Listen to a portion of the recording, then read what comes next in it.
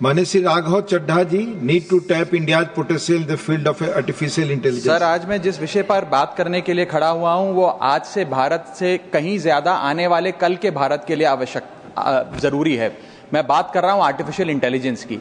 इस एआई की क्रांति के युग में सर, जहां अमेरिका के पास अपना chat GPT, Gemini, Anthropic, Grok जैसे इंडिजीनियस मॉडल्स हैं, वहीं चाइना ने डीप सीक जैसा सबसे ज्यादा क्षमता वाला और सबसे कम लागत से बना एआई मॉडल तैयार कर लिया है। लेकिन इस एआई के युग में सर भारत कहां है? क्या भारत इस युग में पिछड़ता जा रहा है? क्या भारत अपना जनरेटिव एआई मॉडल नहीं बना पाएगा? वर्ष 2010 से लेकर 2022 के बीच में दुनिया में जितने एआई पेटेंट्स रजिस्टर हुए उसका 60% हिस्सा यूएस ने हासिल किया और 20% चाइना ने। दुनिया की 5वीं सबसे बड़ी अर्थव्यवस्था भारत ने मात्र 0.5% ही हासिल किया। सर, यह बात तो सत्य है कि यूएस और चाइना के पास एआई में एक हेड स्टार्ट है 4-5 साल का, लेकिन वो इसलिए है क्योंकि उन्होंने अपने रिसर्च में, एकेडमिया में और एआई डेवलपमेंट में निवेश किया।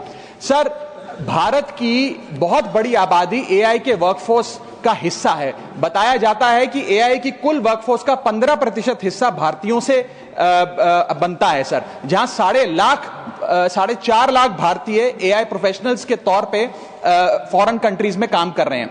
Sir, India ranks 3rd in highest penetration of AI skills. इसका मतलब यह है सर कि भारत के पास प्रतिभा भी है, मेहनती लोग भी हैं, ब्रेन पावर भी है, डिजिटल इकोनॉमी भी है और 90 करोड़ से ज्यादा इंटरनेट यूजर्स भी हैं। लेकिन फिर भी कहीं ना कहीं आज भारत एआई का कंज्यूमर बन गया है, एआई का प्रोड्यूसर नहीं बन पा रहा।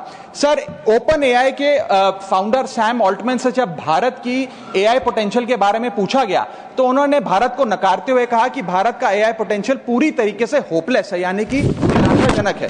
आज समय आ गया है सर कि हम उन्हें जवाब दें और भारत इस एआई के युग में एआई प्रोड्यूसर बने, ना कि एआई कंज्यूमर। इसके लिए सर कई कदम उठाने होंगे। सबसे पहले हमें इंडिजीनियस एआई चिप्स बनाने होंगे, इंडिजीनियस चिप मैन्युफैक्चरिंग भारत में इजाद करनी होगी। इसी के साथ साथ सर हमें एक डेडिकेटेड एआई इंफ्रा फंड तैयार करना होगा, एआई रिसर्च ग्रांट्स देने होंगे, एआई टैक्स ब्रेक्स देने होंगे और टैलेंट माइग्रेशन रोकना होगा ताकि भारत का टॉप टियर एआई टैलेंट और देशों में जाकर काम ना करे बल्कि भारत में काम करे। इसी के साथ साथ एआई के इंडिजीनियस स्टार्टअप्स जो हैं सर, उन्हें एक्सेस देना होगा large volume of existing data को, जो मेटा, माइक्रोसॉफ्ट और गूगल के पास है लेकिन भारत के पास नहीं है। और अंत में सर फाइनेंशियल इन्वेस्टमेंट हमें बढ़ानी होगी, जहां यूएस अपने जीडीपी का 3.5% एआई रिसर्च में खर्च करता है, चाइना 2.5%, वहां भारत मात्र 0.7% खर्च कर रहा है। सर, आने वाले काल में इस दुनिया पर वही राज करेगा, वही विश्व गुरु होगा जिसके पास एआई की ताकत होगी। इसलिए भारत को सर